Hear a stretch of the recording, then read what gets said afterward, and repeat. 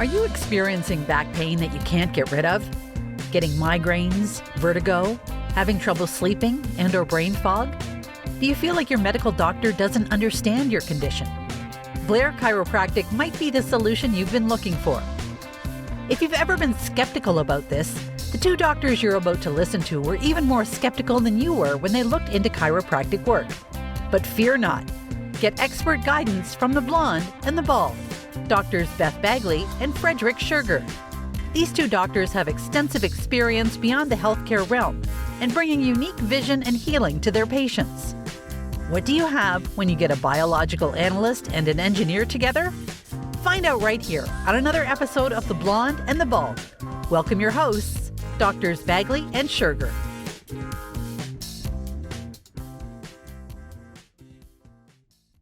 Good evening, Dr. Bagley. How are you? Hi, Dr. Scherger. I am doing well. That's good. Are you hearing me clear? I just realized I didn't plug in stuff. I can hear you. Do you want Perfect. to? Okay, it sounds good. I think I'm just making sure all my recording stuff is working the way it's supposed to. And sometimes, folks, we do things on the fly, and I was looking for research instead of audio things. All right, that's that. We're going to run with this. Yeah, so I had a new patient this week, and she just got her first adjustment, and I'm going to show you one of the positions she has to hold herself in. And if you're listening and not watching, I've got my hand holding my head up because her head feels so heavy. Now our heads are heavy. We joke around and call people bowling ball heads because like our head is as heavy as a bowling ball, a small bowling ball, but a bowling ball. Not quite as heavy as Dr. Scherger's kettlebells or kettlebells. Not even close. But if your head feels heavy, I just want to tell people that's not normal. Your head isn't supposed to feel heavy. Your neck muscles and vertebra should be able to take the weight of your head without it feeling heavy. But one of the things that happens is with this patient in particular is there is a misalignment at the top of her neck. We call that structural shift. That structural shift started causing her to start carrying her head forward. And if you think about a bowling ball, if you take a bowling ball and you're holding it right next to you, it's not that heavy. You could hold it. But if I was to hold it away from my body, that bowling ball would get very heavy. And the same thing with our head. The further forward it goes or off kilter it goes, the heavier it's going to feel. And for this poor lady, like after 10 minutes, she has to lean down and have her head against the back of a chair. Or a wall, and it's affecting her ability to live. She actually has stopped driving because of it, because she can't turn her head well, all of those things. So her first adjustment was today. I'm really looking forward to seeing how well she did. And I'm going to tell you her post-adjustment scan.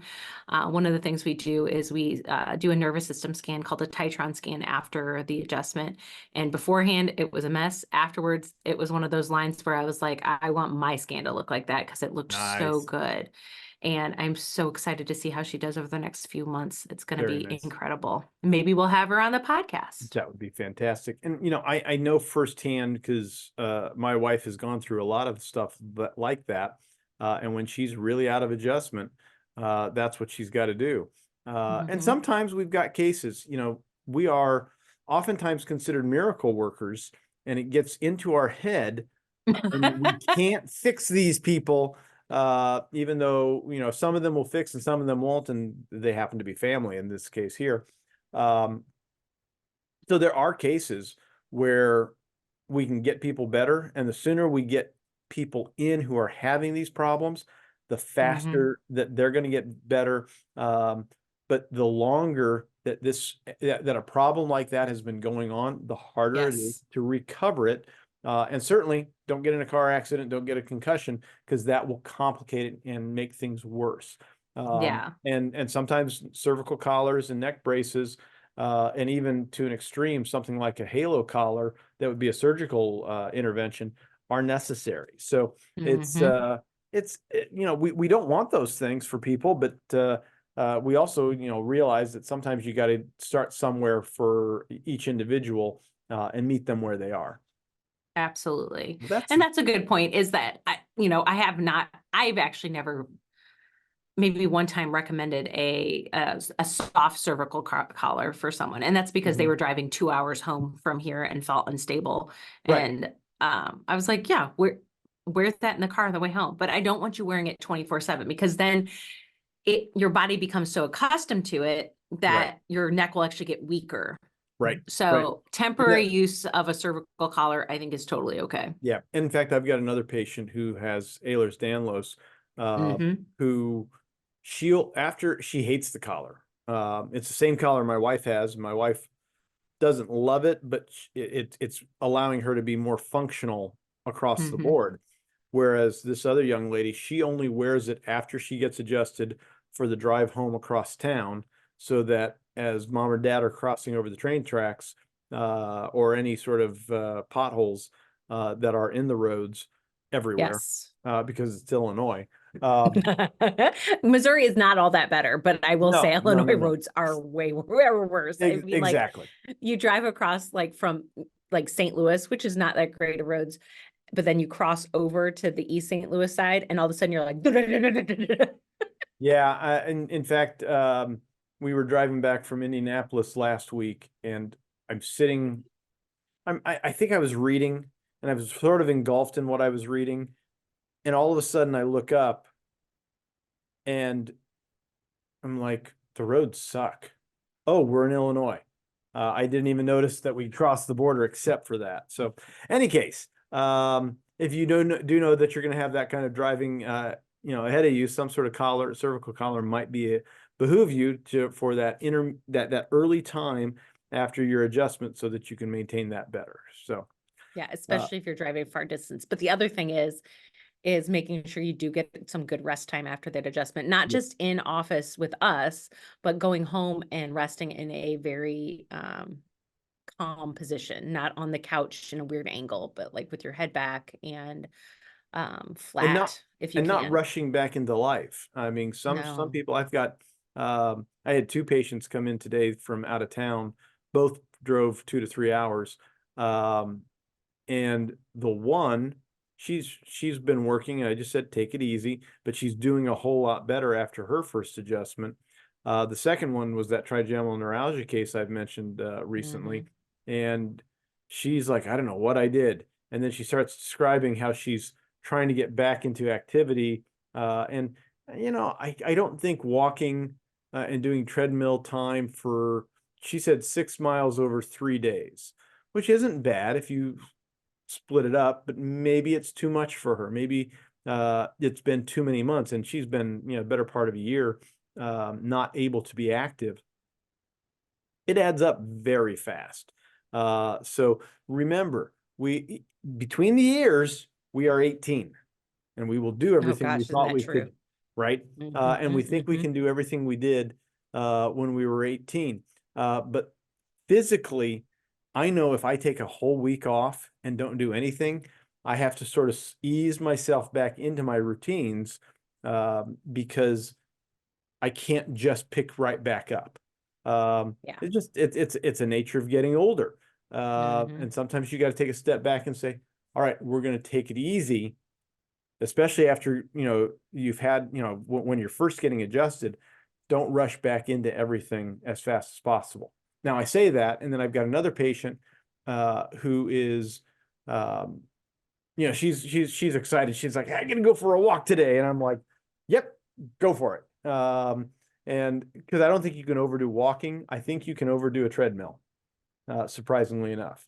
So I believe that, yeah, because it's easier to push a treadmill and be pushed by a treadmill than get outside and try to spin the globe. It's really hard to spin the globe. Yeah, and you get to a treadmill's telling you how fast you're supposed to be walking. You get to choose it, but like it would push you where if you do get tired or you need to slow down walking, you just automatically do that. Yeah, I can see how that would be true. I never really thought about that. Yeah, there's better ways to self-regulate. In fact, the kettlebell coach that I'm working with right now basically says your exercise timing should be self-regulated to when you can get a good breath again. If you can't breathe, you're not ready for the next set. And the way that we're moving 60-second sets right now, I can't move, after 2 minutes. So I've been going just a little bit longer. And I knew that I would. So any case. And that's okay. My trainer is really into breathing. Yes. And she wants us, unless we are like all out going for it, is Right. doing nose breathing, nose, mouth, or Yes. nose breathing. And honestly, from neurological standpoint, that's like way better nerve, like vagus nerve, all that fun stuff. So Right. in, out. Yeah. Nose, mouth, or nose. And then if you are mouth breathing, that is a signal to your body that it's almost like fight or flight, like sympathetic nervous system starts turning on. And we should be able to mouth breathe when we're running away from a cougar or a bear. Yeah. But yeah, probably shouldn't be doing that much when we're recovering or doing kind of recovery exercises. Yeah, and if you're trying to if you switch into a mouth breathing situation, you have done too much work. That's probably the best way to look at that, because we should be primarily breathing through the nose as much as possible. We've talked about this in the past, and the more that you can focus on doing that throughout life, especially sleeping, nasal breathing, you're going to be better off. You'll have a better jaw structure, bite will be better, and your head will stay on straight better. Yeah. So yeah, I've been turning on my back and sleeping with my mouth open lately. I don't know I'm doing it. I just wake up and I'm like, I'm sure I look lovely. And we've talked about mouth taping before, but I'm sleeping on my side most of the time. And then I wake up and I'm on my back with my mouth open and my mouth's all dry and gross. So you know what they say about taping my mouth again. Exactly. Because you know what they say about, spiders and swallowing them. No, that doesn't happen at my house. There's no I said, spiders. you know what they say about it. It's lies. Any case. Gross. No. And getting to what they say about it, let's talk about this theory that I came across recently.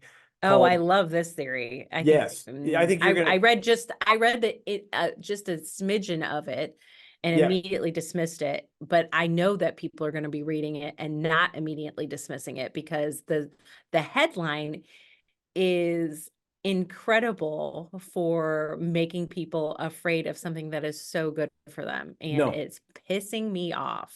So you're jumping the gun for the headline and for what the Are we doing a different one? We're doing a different one. Okay, but we're going to come to that one, y'all. We're going to come to the next one. Me off. So this is something called the Murray-Gell-Mann Amnesia Effect. Okay. This is a great read, but I mean, I was looking around for it, and Murray-Gell-Mann was he was a physicist. He was the guy who named quarks. So the little particle, my physics is rusty. It's like the pieces of a proton, right, but it's itty bitty. Murray-Gell-Mann, defined that. Well, Murray-Gell-Mann's this great physicist who basically, as he was looking at articles, because he's got this great PhD and he knows all this stuff, as he was reading articles in like the Wall Street Journal or the New York Times on physics, he would look at something and say, that doesn't smell right. No. In fact, this article is completely wrong and they've got the wrong take on it. And then he would read another article that he didn't have expertise in and say, hey, that must be true. And what eventually came out of it, and I'm trying to find the way that they sort of, so here's how it sort of falls through and how they explain it. You open the newspaper to an article on some subject you know well. In Murray's case, it was physics. In mine, show business. You read the article and see the journalist has absolutely no understanding of either the facts or the issues. Often the article is so wrong, it actually presents the story backwards, reversing cause and effect. And he calls this the wet streets cause rain stories, right? Paper's full of them. In any case, you read with exasperation or amusement the multiple errors in a story and then turn the page to a national or international affairs and read it as if the rest of the newspaper was somehow more accurate about whatever thing was going on than the baloney you just read. You turn the page and you forget what you know. So effectively, it's implying that if one article that you understand properly is completely false, What makes anything else that has been put inside that article or those in that newspaper accurate in any way, shape, or form? Because we don't know. And because other people will say, this article is wrong for these reasons. And the issue comes down to the news media doesn't present stuff in a fashion that tells news, because good news should be boring. I used a different phrase with one of my patients this afternoon, and he laughed and laughed and laughed because he was right, because it should be absolutely effing boring. Because it should be the facts, and it's like, oh, that's what the thing is. I'm going to move on. But the world we live in now is clickbait titles and getting you to say, oh, I'm going to go after this because this is the thing that will cause a sensational headline, get a bunch of clicks on my page. What do page clicks translate to in business? More time and more eyeballs on the ad rolls that are running through the business, through the pages. In fact, I'm pretty sure, in fact, I might give him a call and say, didn't you make this technology? And if he says, yes, I will punch him in the face for all of us. I mean, I won't, but he made the technology to make those ad rolls show up on website sites back 30 years ago, close to 30 years ago. Any case, they sold it for a small penny, and then they made their own business, which is, or their next business, which they did, and they're still doing. But any case, so this begs the question, when we see a news article that says, oh my goodness, sky is falling. Sky is falling. I'm so scared. Help. Exactly. Let me click on it. I'm going to click on it really fast. Right. And then the next thing is, oh no, the sky is actually raising. So we don't know, we don't have good evidence, and we don't have good gatekeepers telling us the truth, whereas we've given too much authority and respect to the news media to tell us the honest truth, and we don't have time to go. We don't have time to look at all of that. Right. That's the biggest thing. It's like, well, what should I believe? I don't, well, you know, you can at least believe us that we're trying our hardest to tell you the truth and find the truth. And that's where I think the independent media, like podcasters, aren't always right. And we'll admit it, but we'll also like tell you, hey, I don't know this one 100%, but this is my thoughts on it. Do your own research, rather than just saying definitively, this causes this, and then this is going to make you die. And that's terrible for you. Yep. Exactly. So anyways, this study basically said that they went into it, and this is where it gets into concerns. This study basically looked at protein consumption in a small group that effectively said, oh, this higher protein intake in a meal is going to cause these problems, including vascular problems, a spike in something called mTOR, which I'll talk about here in a moment. And that they basically made it out to be a bad thing, and it's not. And then leucine content, and leucine is an amino acid that helps, it'll signal mTOR. So what they're trying to do is they're trying to sensationalize this story, saying, oh, you add protein with leucine, you're going to get this mTOR boost. Well, what does mTOR do? In some cases, mTOR, here's the shock part. Okay, wait, M, like the letter M and then TOR. Yeah. So okay, I just want to make sure, because I've never heard of this thing. Mammalian target of rapamycin. And what that does is it is a growth factor. It is a growth factor in cancer. Oh my goodness, it is the end of the world. Well, that's the sensational headline that they try to do. But what else does mTOR do? mTOR builds muscle. So if you eat something, mTOR is going to get boosted. It is the natural course of things. But we're getting into this weird space where the longevity scientists want to say, oh, mTOR is bad, we shouldn't raise that. And yet I go to lift a weight in my kettlebells, and I want an mTOR response because I did something physical, which is going to cause an mTOR response. And I want to fuel it so that it goes into the muscles and builds new muscle mass, of which I have built an extra pound of muscle this past month. That's cool. And leucine happens to be the driver of building muscle. So that's the big amino acid that starts that. So if you hear about guys in the gym who are all about their branch chain amino acids or their essential amino acids, it's the essential amino acids. Those three happen to be branch chains. Leucine, isoleucine, and valine. But leucine is the driver on this stuff, and everyone's like, "Oh, that's bad." And then down this, the next step is saying, "Oh, now it's going to cause a hardening of the arteries." So that's what the study showed up. But the question is what was in the study that they didn't tell you about? Were they feeding protein? Yes. What kind of protein? Were they using beef protein? Were they using whey protein, which whey protein would have been an excellent source? No, they were using egg protein. Maybe egg protein would have been good. All of these things, if it was a real food, would have been real good. food. But no, they used a product.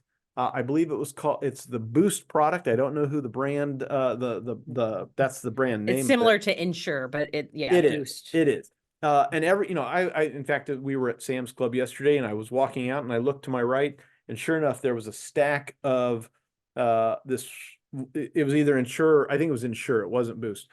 And one of the things that, as you look at the product label, I mean, there's things like out there like Muscle Milk that are mostly whey protein, some things to sort of stabilize. There's some junk in that as well, but mostly good stuff. I mean, I'm not going to say Muscle Milk is great stuff. But it's better than this. It's certainly so better let me read Boost ingredients. Water. Okay, water sounds good. Water's good. Glucose syrup. Yeah, no. It sounds like sugar to me. It sounds like sugar. Is that sugar? Exactly. Okay. That's sugar. And then so that's the second ingredient. So if you don't know this, number 2, when you're reading a product label, the first ingredient on the list is you got the most percentage of it. So there's mostly water, and then you've got mostly sugar. Yep. And then we have milk protein concentrate, which actually has sugar in it too, by the way. And then the fourth ingredient, sugar. Yes. Like actual sugar. So we've got water and then 3 sugars. Yep. And then canola oil. Look at that, a little seed oil just snuck in there as the fifth ingredient. A little bit of rapeseed oil. Yay. Yes, it's great. And then less than 2% of soy protein isolate. And then all the extra minerals and stuff that they put in there. So trash. Giant trash. Now, if you are on your deathbed, okay, and the only thing you can keep down to keep you alive, or if you are someone who suffers with a eating disorder, and or in the middle of a desert, keep down, I would say. But I'm just saying, those are the people that if the only thing keeping you alive is Boost or Ensure. Don't stop taking it. That's fine. It's keeping you alive, but it is not improving your health, right? No. It's a keep alive product, but people look at these things as a health shake. I'm eating my health shake, darling. No, that is not a health shake, and that is going to cause you more problems. There's another one. Let me see if I can find it. And if you are using this as your sustenance, how you're keeping yourself alive, there are better ways there's a better way to do it. Tons better. And it just takes a tiny bit of research and a little bit more work than just picking up those shakes. But the one thing I'll say about the shakes is they do put vitamins and minerals in them, whether they're great or not great, they're in there. Yeah. So it does keep some people alive who are on hospice or, but that is not, we should not be doing studies on health ramifications of general protein using a product that's meant for people that are dying. Yeah. What's the, speaking of which, the, what's the cost if you were to check to see? I'm absolutely. So I was on Target. So that's Target. Hold on. Boost is $20.99 for a 12 pack, 8 fluid ounces. Each one of those is 250 calories. Right. I am looking at a different product that I've heard is really fantastic. And sorry, I'm looking and I'm turning my head here. So this one here, and you know, if Jocko Willnick and Jocko Fuel wants to send us some product, I am more than willing to try this stuff out. I mean, I'll try. I like to try products. Yeah, but this is called Jocko Molk. What? And it's his own protein. It's grass fed. Say that. Wait, spell that for me. I'm gonna look this up. What's it? MOLK. Jocko. So it's Jocko. MOLK. Now a 12 pack, which I believe is what this is $45. So you know you've got $15. How much did you say the other one was? $21. Yeah. For 12 servings. So you've got $25 more. And if you subscribed on a monthly basis, you could save $5 and it's $40 a package. So, and this one also has, it looks like it has some vitamins and stuff in it, but sure. not. So they've added a little bit of potassium, some calcium. But as I'm looking through, and I'm looking at their list opposed to what they say their actual ingredients are. So you've got water, you've got a protein blend, which they have some monk fruit, which is actually really good for balancing some stuff out.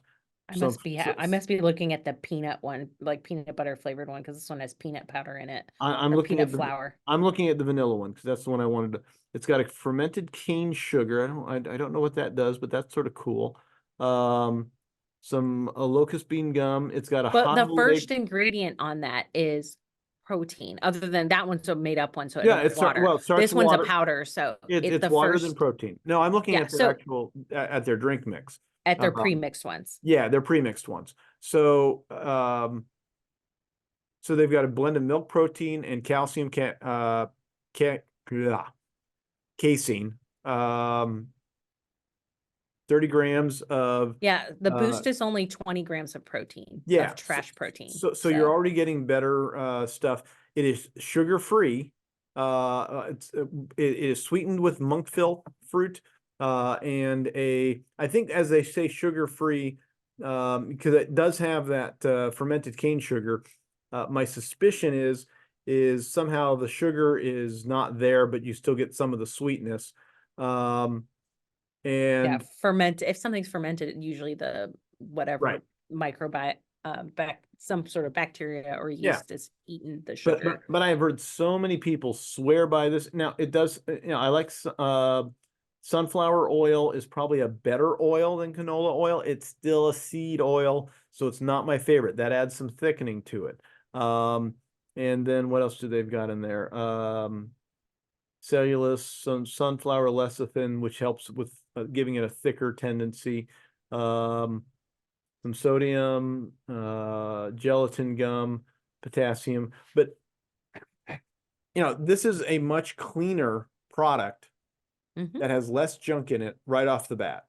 And and if you are someone who's using a protein powder or something to sustain life, you could use something cleaner like this. And then if you're like putting it into a feeding tube or something like that, you could open up multivitamin tablets and put them in this and put that in that way. So you can get cleaner protein even if you are using a feeding tube or something like that. Exactly. And there's, you know, it's just a matter of saying, hey, what is good stuff out there?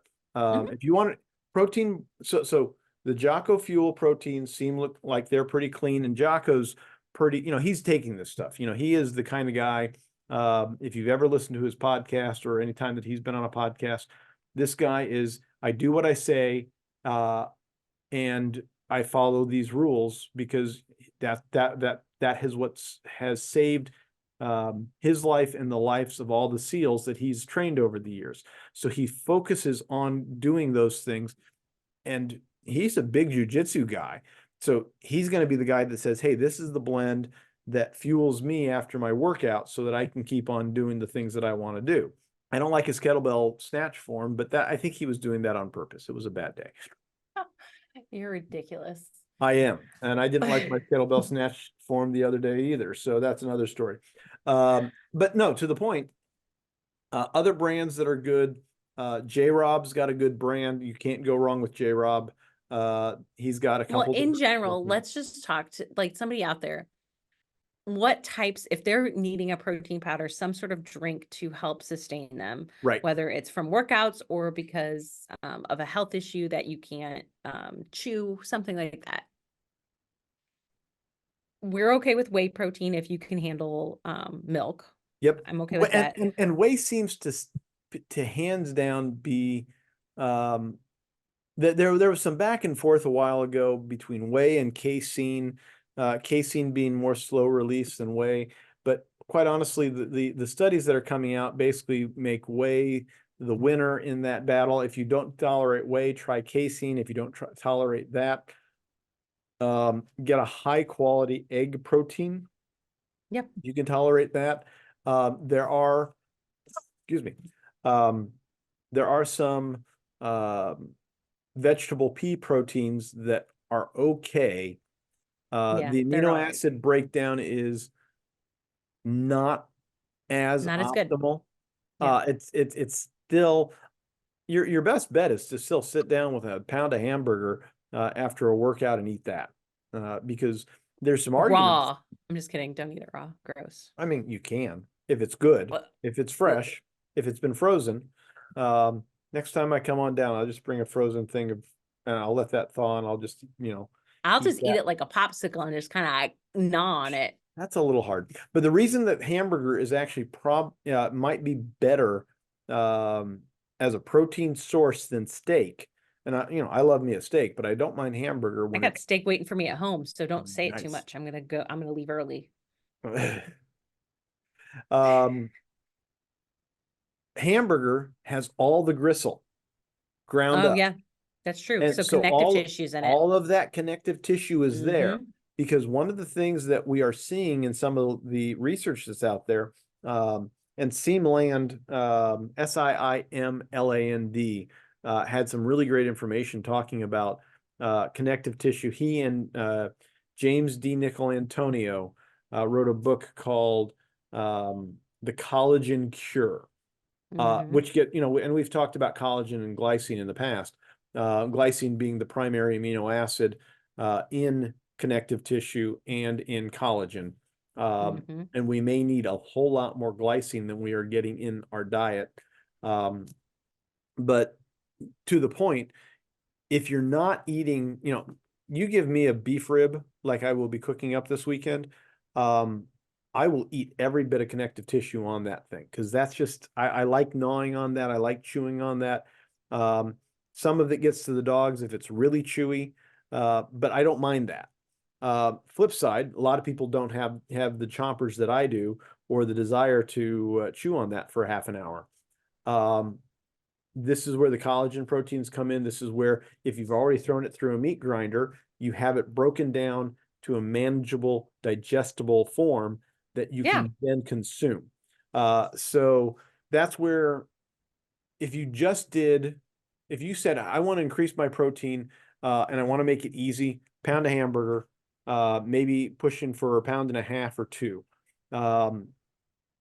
Dr. Shiloh and I were talking about this. I don't think she'll mind me sharing, but she's like, Can I get to see her last? I miss my Dr. Shiloh. I know. She comes over when I'm in Arthur, and we check each other. And she was out, but I was holding. So she got me a good adjustment. But she's like, Doc, I don't know if I can do carnivore.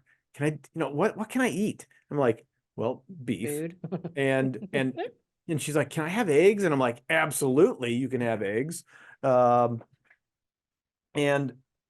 that's going to be eggs and bacon, and that's just a great combination right there. But then you have that beef and all of that connective tissue and all of that iron and all those minerals that are actually in beef that people don't think are there because they stopped looking. Those kinds of things. And if you just make it simple, eat a pound. All right, it's prepackaged. That one's yours. This one's mine, and we're good. that will satiate you throughout the day. You might have to work into that, and you might, maybe 3/4 of a pound is what you can digest at a time. But I've worked up to being able to tolerate a pound in a sitting without a problem. And I've seen some guys just put down 4 pounds of meat. And I'm like, how do you do that? He didn't do that day one. He's worked himself up to that. And he probably spends about half an hour just eating meat. So yeah, I'm not going to ever do that. Not yet. No, I'm good. I don't need to. Except for the next time we go to Fogo. Well, I could do it on one night. Yes. Yes. Ugh, my stomach hurts thinking about that though. Oh, Fogo. Mm. So in general, Yes. that study, which did make headlines, is Yes. protein causes problems, like Yeah. protein's killing you. I mean, do we want to talk about the mice that are designed to have atherosclerosis that were in that they were looking at? Yeah, let's talk about that too. Yeah, I mean, you had that's just like one of those things, is like you can design a study to make it say anything you want it to say. Absolutely. If you put things in it that, yep. And it's awful. It's awful where science is today, and where people and the clickbait headlines and all that stuff. But I do think there's a great awakening happening. I think people are waking up to the fact that we've been lied to and are continuing to be lied to, and they can follow the money. And when you follow the money, you realize that this study was paid for by blah, blah. I mean, like, I don't know who it was paid for by, but it was either a pharmaceutical that they had the answer to the problem, or it definitely wasn't paid for by Boost. Right. Well, but is Boost Nestle? I don't know. There's only like 6 food companies in the world. I mean, we think we have the option of choice when we go to the grocery store, but at the bottom line, I think there's only like 6 or 8 food companies that make all of that stuff. But here's the question. In the 40s and 50s, were cigarettes good for you? Yes. Absolutely, they were. They were absolutely good for you. That's what the research 4 out of 5 doctors smoke Marlboros or whatever. I mean, it was like that kind of stuff came up. Yeah. And this is the problem, is who was making money. And if you follow the money, you start asking, saying, oh, that makes sense. Well, there was another study that I heard about today that I just sort of, again, sort of like you, when you saw this protein study, you're like, oh, that's dumb. That's going to be wrong. I honestly, I read right away that it was the soy protein and where it was coming from. And I was like, I'm not even going to remotely listen to anything this study has to say. Yeah, because because I would be sick on it. If I drink that one of those boosts, I would be sick, because my body does not respond well to 90% of those ingredients. Yeah, but we recognize when we see a headline like that, we like, okay, that's full of crap. But how many people which companies are saying, hey, this is good for you in a certain time, and the correlation strengths have not come together so much to say, oh yeah, you smoke cigarettes for any length of time, you're probably going to get lung cancer. It's pretty high. Whereas this study here, how much protein did they have to give these creatures, these animals that were already prone to having, I believe it's ApoB, which is the one that's causing some of these, and folks, correct me if I'm wrong on that. But the mice involved in the study are prone to having these atherosclerotic plaques with anything. So we have to start asking questions. What is actually going on? So many, and this is the other problem. So many of these studies are still behind paywalls because all you see is the abstract. You never see the methods. You never see the data. You just get sort of the headline. And even if you had the money to do it, you have the time to look at all of these studies. Absolutely. So we read, and I'm guilty of it myself. I read an abstract and I was like, wow, that's interesting. That makes sense, or that doesn't make sense. And I just, accept that as a truth when it could have not been a good study at all. Yep. And this is where both the methods and the discussion will, in a study, oftentimes come out with information that is contrary to what their conclusions of the study are, because the data is either the people who are doing it are manipulating the data to come up with a different outcome and different conclusion, or I don't want to say they don't understand their data, but they had a narrative that they need to answer to, and they make their conclusion that, and most people, again, they'll read an abstract, they'll read the conclusion because they don't have time to go through the rest of it. And the reason I brought up Seamland earlier was to make another connection. There is a new study out that basically says, let's back up. The old adage on protein consumption was the most you could consume was about 30 grams in a meal. And that what they were suggesting is anything over the 30-gram threshold was going to just converted right to sugar. What we're starting to understand about in the metabolic studies is sugar converts pretty easily. If we have too much in the body, it will convert pretty easily into fat stores, right? Yeah. Protein can convert into sugars, but it is a very difficult process and a very energy intensive process. So what apparently is actually what this new research has found is that 30 grams of protein at a sitting is not an upper limit. They know the upper limit is at least 100. That's an important phrasing, though. I said at least 100. We don't know what the upper limit of a protein consumption in one sitting is, because they haven't had, because their limit of their study said, we're going to look at what happens when we feed these kids 100 grams of protein, real food, mind you. And they were able to utilize and convert that down the line. There are some studies out there, we've talked about this, where most people should be consuming at least 1 gram of protein per body weight. There are some studies out there that suggest 2 to 3 grams of protein consumption will drastically create fat loss effects because your body just has so much protein. The problem is eating that much protein. That is a lot of food. And believe me, I've tried. I just don't have time. No, you don't. I can't chew that much. You'd be surprised at how little food it is. Because when you're eating real food. when you're eating real food.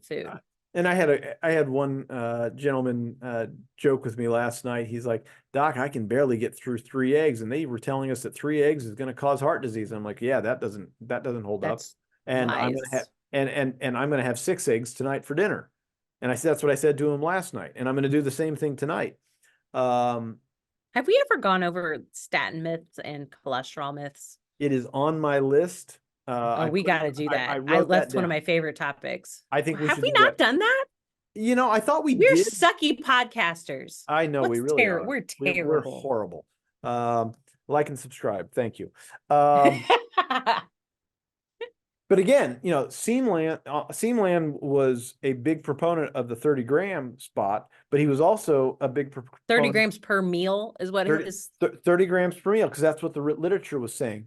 But now the literature is saying at least 100 grams, and it might be higher than that because the body will slow down digestion and will break down that protein and utilize it properly. Well, then what about like intermittent fasting, right? Sure. Because I'm a fan of intermittent fasting. I don't eat breakfast. Yeah. I'm not, because I don't miss it. I'm literally not hungry until lunchtime. And I feel great when I do that, as long as I'm eating in a low carbohydrate or keto kind of lifestyle. If I'm not, if I'm on a sugar mode, which happens occasionally to me, I do not feel good in the morning and I want to eat. So that means I'll get like 2 meals in a day, really. Yeah. No, and I think intermittent fasting seems to have some,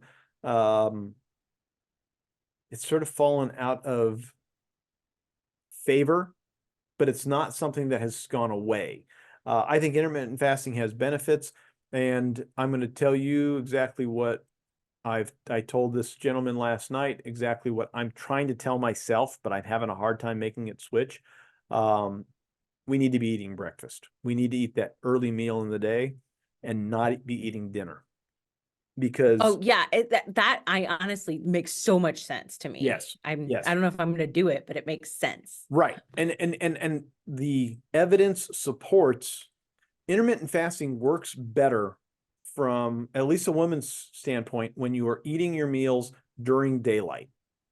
Yeah. So if And you consume all your meals, because they actually took a look at two different groups of women with breast cancer incidents. That's what the marker that they were looking at. And what they found was, even though both sets of women were eating in a time restricted fashion, the ones that ate during their daylight hours. during sunlight and daylight hours had lower incidences of breast cancer. And I think the other half of it is we need a little bit of protein to get a good night's sleep. And you might not need a lot, but I think if you're doing your intermittent fasting and you switch morning, lunch for your meals and skip dinner, you might be better off. Again, which means dinner does not need to be the biggest meal of the day, which is how Americans treat it. Should be the biggest meal. We had 3 squares a day. That was the big sell. And the problem with dinner being the biggest meal of the day is, first of all, the digestive load when you're trying to sleep. But second of all, why do you need energy at night? Yeah. You need a little bit, but you need your energy during the day. Which is why I still think, which is why I switched to bacon and eggs at dinner on purpose, because that's a light enough meal for me that I get my protein and I get my vitamins, because an egg is a vitamin and it's a giant vitamin. Ooh, I found a new way to cook bacon. How do you cook your bacon? I chop it up and I throw it in a skillet, and then I throw my eggs on top of it. Okay. So this was like, if you're cooking a whole, 12 or 16 ounces of bacon, yeah, you chop it in half, like the whole package in half. Yep. Or whatever. And you throw it all into like a pot, like a 6-inch tall pot. Yeah. And you just stir it a little bit here or there. And by the end, it's like deep frying in the fat. Ooh, I like that. And it doesn't splatter. Nice. And I did it. I saw a TikTok on it, and I happened to have bacon in my fridge, so I threw it in there, and it was so good because it was at the end, it was deep fried. Now, the last 2 minutes, you really got to watch it because it could go to burn very quickly. Yeah. Yeah. And then you got all that lard left over for cooking. Yes. Exactly. And anyway, so that was, I honestly, I usually cook my bacon in the oven just because it's easy to. Sure. But this was so fast and incredibly easy, and didn't take nearly as much time. So anyway, my new way to cook bacon. Nice. I like it. I like it. Dr. Bagley, we're talking about food a lot. We must be hungry. We're hungry. I'm always hungry. Anyways, I think that's probably a good place to wrap it up. We will, if we haven't, I know we haven't talked about statins and cholesterol at length, and oh my goodness, that could be that could be a podcast series. Honestly. That could be. I wonder if we could get an expert to come talk to us about that. That would be fun. What I'd love to do is I'd love to have Feldman. What's his first name? I can't think of it is off the top of my head, but he's got a lipid density model that is Corey Feldman. Fast. No, I know it wasn't Corey Feldman. I was trying not to say that. I couldn't help myself. But there's a lipid density model that basically explains a different way to think about cholesterol, because LDL cholesterol, first off, you can't eat enough cholesterol to raise your cholesterol. You can eat enough carbohydrates to screw up your cholesterol, though. Heck yeah, you can. So anyway, but the Cheerios are lowering my cholesterol, Doc. Yeah. Did you remember how we were talking about that Gell-Mann amnesia thing earlier? Oh, did I just have that? Apparently. Oh my gosh. Okay. Yeah. We're going to talk about that in one of the upcoming episodes. So stay tuned for that. Where can they find you, Doc? KeystoneChiroSBI.com. I'm at Keystone Chiropractic in Springfield, Illinois. And you are down in St. Louis. In St. Louis, I am precisionchirostl.com. We are on the west side of St. Louis, and you can find me on all the socials, and leave us a like, a subscribe, a 5-star review. Send this off to your friends. We would love to have more subscribers and more people listening to us, because we're trying to change the world. Yeah, absolutely. All right, folks, you have a good one. We'll see you in a week. Bye-bye.